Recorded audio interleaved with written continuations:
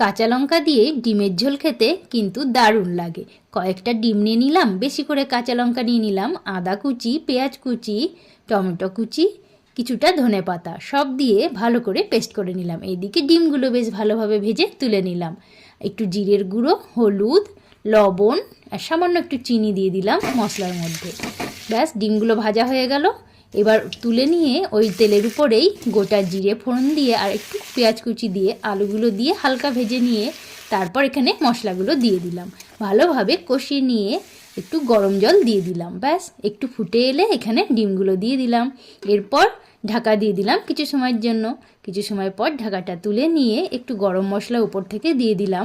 একটু নেড়ে চেড়ে ফুটিয়ে নিয়ে উপর থেকে ধনেপাতা কুচি দিয়ে আবারও একটু ফুটিয়ে নিলাম। বেশ মাখো মাখো ঝোলটা হয়ে এলে নামিয়ে নিলাম। তো এইভাবে কিন্তু কাঁচা লঙ্কা দিয়ে ডিমের ঝোল খেতে দারুণ লাগে। তোমাদের কেমন লাগে?